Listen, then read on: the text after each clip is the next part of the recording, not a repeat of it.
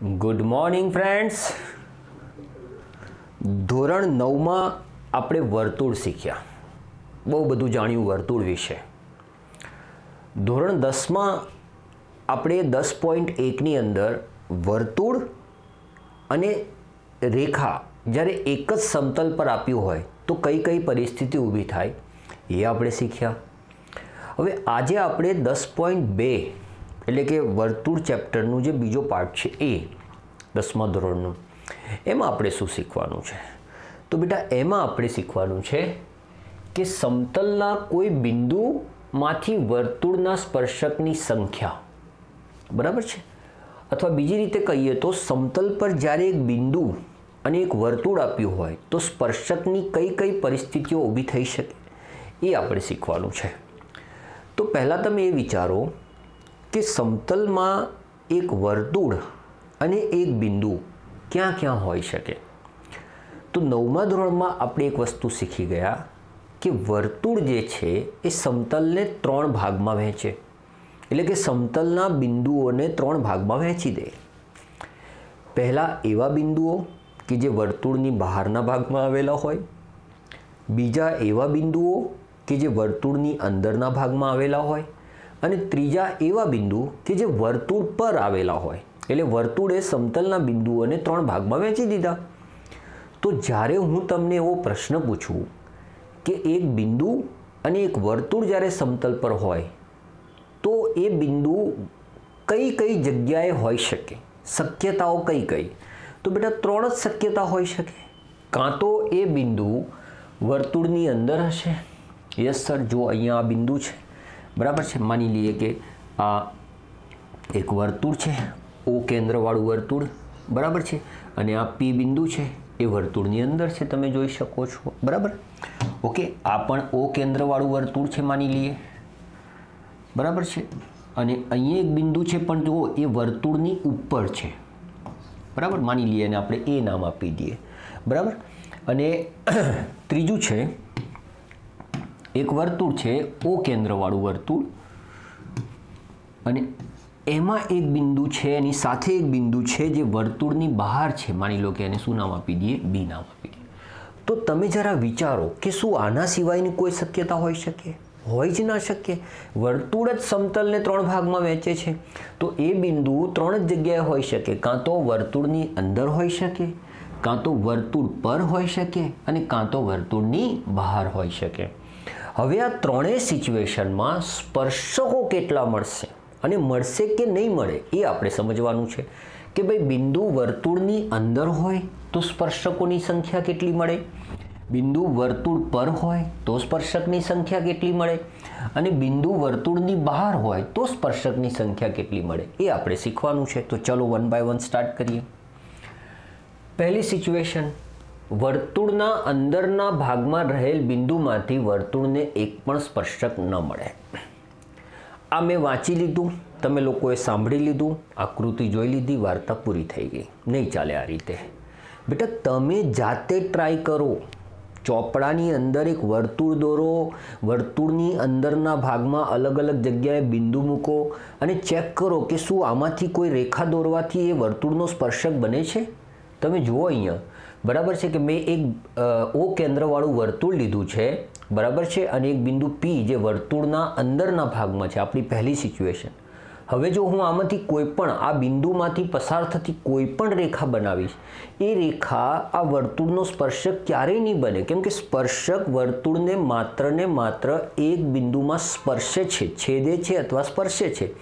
જ્યારે અહીંયા તમે જેટલી બી રેખા જોઈ રહ્યા છો, આ બધી રેખા આ વર્તુળને 2 બિંદુમાં છેદે છે, અને જે 2 બિંદુમાં છેદે તો છેદિકા કહેવાય। તમે જોઈ લો અહીંયા, બરાબર છે, આ રેખા એલ છે માની લો, ઓકે, તો એ આ એ અને બી બિંદુમાં છેદે છે, જો, બરાબર છે, માની લો કે આ રેખા એમ છે તો એ સી અને ડી બિંદુમાં છેદે છે, તમે જોઈ શકો છો। માની લો કે આ રેખા એન છે, બરાબર છે, એ ઈ અને એફ બિંદુમાં છેદે છે। તો જ્યારે કોઈ રેખા વર્તુળને 2 બિંદુમાં છેદે તો એને છેદિકા કહેવાય, સ્પર્શક ના કહેવાય। તો આનો મતલબ એ થયો કે જો વર્તુળના અંદરના ભાગમાં બિંદુ હશે તો એમાંથી વર્તુળને એક પણ સ્પર્શક નહીં મળે, એટલે કે શૂન્ય સ્પર્શક મળશે। ઓકે, चलो बीजी परिस्थिति समझिए। भूमिति बेटा जेटલુं तमे जाते करशो ने अमारुं काम समजाववानुं छे, पण ए समजण पर तमे केटલું काम करो छो ए बहु इम्पोर्टન્ટ छे।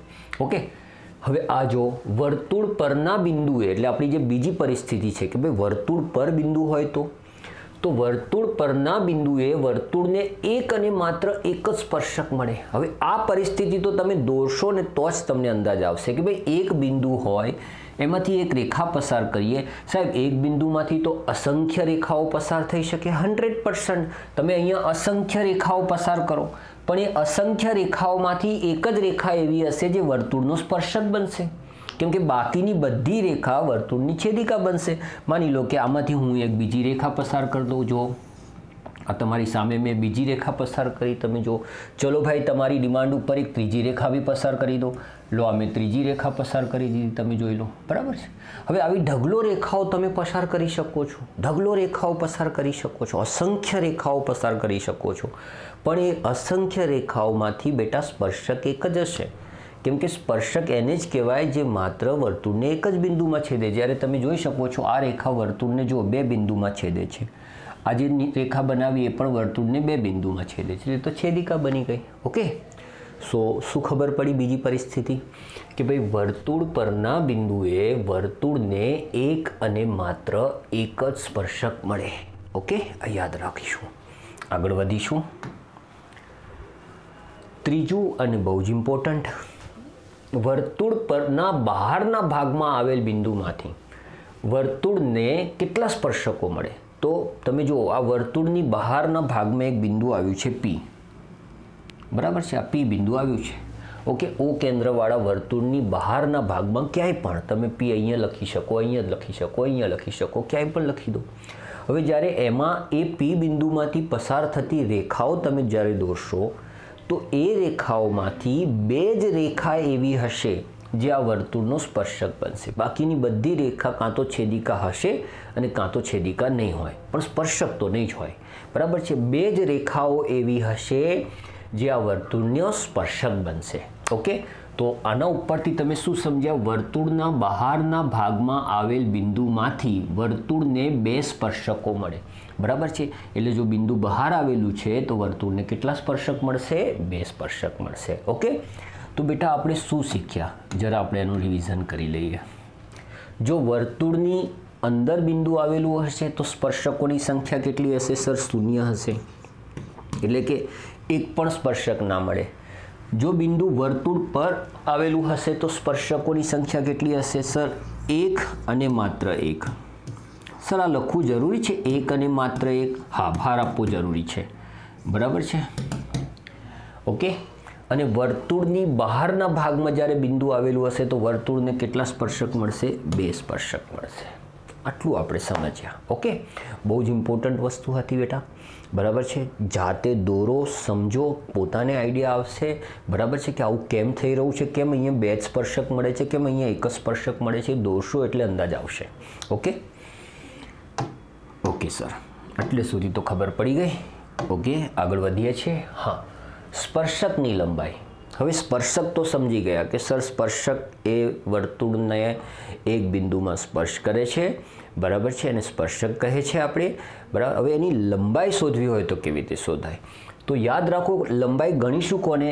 તો સ્પર્શકના બહારના બિંદુ પી, સ્પર્શકની બહારનું બિંદુ પી, બરાબર છે, અને વર્તુળ સાથેના સ્પર્શ બિંદુ, અહીંયા વર્તુળ સાથેનું સ્પર્શ બિંદુ કોણ છે? એ, બરાબર છે, ને જોડતા રેખાખંડની લંબાઈને પી થી વર્તુળ પરના સ્પર્શકની લંબાઈ કહે છે। એટલે આ પી થી લઈને એ સુધીનું જે માપ છે બેટા એ વર્તુળની લંબાઈ છે।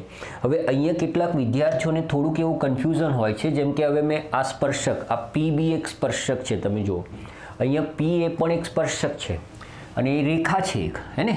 તો રેખાને તો માપી ના શકાય, તમને ખ્યાલ છે। માપ રેખાને ક્યારે ના માપી શકો તમે? કેમ કે રેખા તો બંને બાજુ અનંત છે, બરાબર છે। રેખાનો જે ભાગ છે જેને આપણે કહીએ છીએ રેખાખંડ, એને તમે માપી શકો।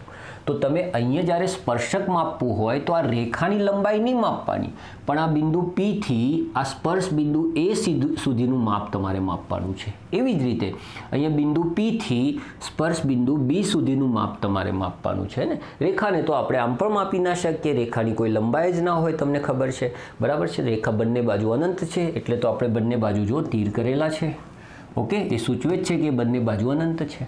ઓકે, તો સ્પર્શકની લંબાઈ તમને ખબર પડી ગઈ. બહારનું બિંદુ P અને સ્પર્શ બિંદુ વચ્ચેનું જે અંતર છે ને આપણે સ્પર્શકની લંબાઈ કહીશું. Okay, very good. આ વિડીયોનો આપણો છેલ્લો ટોપિક, અને આ જે ટોપિક છે એ કદાચ આપણે જે સ્પર્શક શીખ્યા, બરાબર, એના થોડો અલગ હશે, પણ બહુ ઇમ્પોર્ટન્ટ છે, કેમ કે આને રિલેટેડ દાખલા પૂછાતા હોય છે. તો આ ખાસ ધ્યાનમાં રાખજો બેટા. ત્રિકોણનું અંતઃવૃત્ત, વૃત્ત એટલે વર્તુળ અને અંતઃ એટલે અંદરનું, તો ત્રિકોણની અંદર આવેલું વર્તુળ, બરાબર. પણ કેવી રીતે, કોને કહીશું અંતઃવૃત્ત? તો ત્રિકોણની અંદર સમાયેલ અને ત્રિકોણની ત્રણેય બાજુઓને સ્પર્શતા. યસ, આ સ્પર્શકનો જો ઉપયોગ અહીંયા આવ્યો કે સ્પર્શ કરતું હશે, અને અહીંયા જો સ્પર્શ કરે છે તો સ્વાભાવિક છે એક જ બિંદુમાં સ્પર્શ કરતું હશે, બરાબર છે. સ્પર્શતા વર્તુળને ત્રિકોણનું શું કહે છે? અંતઃવૃત્ત કહે છે. ઓકે, ફરી એકવાર, ત્રિકોણની અંદર સમાયેલ, ત્રિકોણની અંદર સમાયેલ અને ત્રિકોણની ત્રણેય બાજુઓને સ્પર્શતા, ત્રિકોણની ત્રણેય બાજુઓને સ્પર્શતા વર્તુળને ત્રિકોણનું અંતઃવૃત્ત કહે છે. ઓકે, ત્રિકોણના અંતઃવૃત્તની ત્રિજ્યા અને કેન્દ્રને અનુક્રમે, આ જે ત્રિજ્યા છે OP, બરાબર છે, એને આપણે અંતઃ ત્રિજ્યા, અને જે કેન્દ્ર છે O એને આપણે અંતઃ કેન્દ્ર કહીશું. અંતઃ એટલે અંદરનું, આપણે જાણીએ છીએ, બાહ્ય એટલે બહારનું. ઓકે, તો અંતઃ ત્રિજ્યા અને અંતઃ કેન્દ્ર. પરીક્ષામાં કદાચ આ બેમાંથી એક વ્યાખ્યા પૂછાઈ જાય તો બેટા આટલું તમારે લખીને આવવાનું થાય, બરાબર છે. જો કે વ્યાખ્યા ઉપર બહુ ઓછો ભાર આપવામાં આવે છે ગણિતના પેપરની અંદર, પણ આપણને ખબર હોવી જોઈએ. ઓકે, કાટકોણ ત્રિકોણ ABCમાં જો ખૂણો B કાટખૂણો હોય, હવે આ તમે ત્રિકોણ જોઈ શકો છો, કાટકોણ ત્રિકોણ ABC છે આ, બરાબર છે. એમાં ખૂણો B કાટખૂણો છે, 90 અંશનો ખૂણો છે. ઓકે, તો ત્રિકોણ ABCની અંતઃ ત્રિજ્યા, એટલે કે ત્રિકોણ ABCની અંતઃ ત્રિજ્યા, આ ત્રિજ્યા જો માપવી હોય મારે, તો એનું આ સૂત્ર છે સરસ મજાનું, કે કર્ણ સિવાયની જે બે બાજુઓ છે એના સરવાળામાંથી કર્ણ બાદ કરો ને એનું અડધું કરી દો. કર્ણ સિવાયની બે બાજુ, આ કર્ણ AC છે, બરાબર, અહીંયા કર્ણ AC છે, અહીંયા લખી દો, C કદાચ તમને નહીં દેખાતો હોય તો કર્ણ AC છે, બરાબર છે. એના સિવાયની બે બાજુ AB અને BC, તો AB અને BCના સરવાળામાંથી AC બાદ કરી દો અને એને 2 વડે ભાગી દો. આ રીતે તમને ત્રિકોણની અંતઃ ત્રિજ્યા મળી જશે. ઓકે, તો બહુ સિમ્પલ વસ્તુ હતી, પણ યાદ રાખવાની હતી, ઇમ્પોર્ટન્ટ વસ્તુ હતી.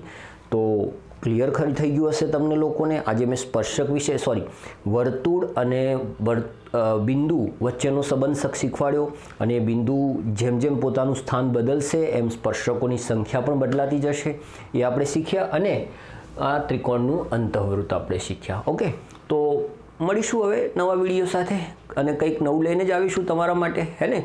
અને મને તો તમે મદદ કરી જ રહ્યા છો, હું જોઈ રહ્યો છું, કેમ કે મારું ચેનલ રેગ્યુલર ગ્રો થઈ રહી છે. રોજના રોજ મેક્સિમમ લોકો આપણી સાથે જોડાઈ રહ્યા છે, અમને બહુ આનંદ થાય છે, અને એ બદલ તમારો ખૂબ ખૂબ આભાર કે તમે અમને તમારા વિડીયો દૂર લોકો સુધી પહોંચાડવામાં ખૂબ મદદ કરી રહ્યા છો, બરાબર. તો તમારા માટે હું 100% કંઈક ને કંઈક નવું નેક્સ્ટ લેક્ચરમાં લઈને આવીશ. ત્યાં સુધી પ્રેક્ટિસ કરતા રહો.